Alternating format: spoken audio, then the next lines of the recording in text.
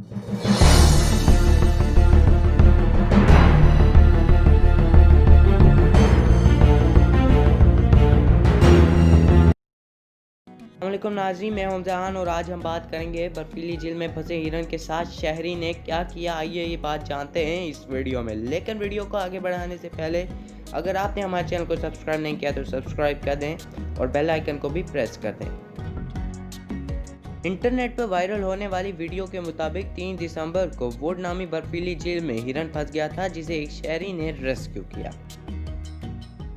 ये वीडियो समाजी राब्ते की वेबसाइट पर शेयर हुई तो सार्फिन ने रेस्क्यू करवाने वाले शख्स को रहमदिल और बहादुर करार देते हुए उसके लिए तारीफी कलमात अदा किए। इस शहरी ने बताया कि वो मंगल के रोज अपने घर जा रहे थे कि इस दौरान बर्फ में बैठे हिरन पर नजर पड़ी।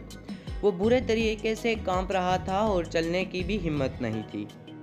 इस शख्स का यह भी कहना था कि मैं ये मंजर देखकर रुका और फौरी तौर पर गाड़ी से बाहर आकर हिरन को बचाने का फैसला किया।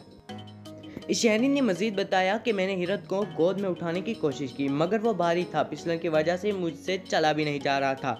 मैंने इसे खड़ा करके चलाने की भी कोशिश की, मगर नाकामी का सामना करना पड़ा। तमाम तरीकों में नाकामी के बाद फैसला किया कि ये हिरन को धक्का देकर घसीटते हुए लेकर जाएंगे।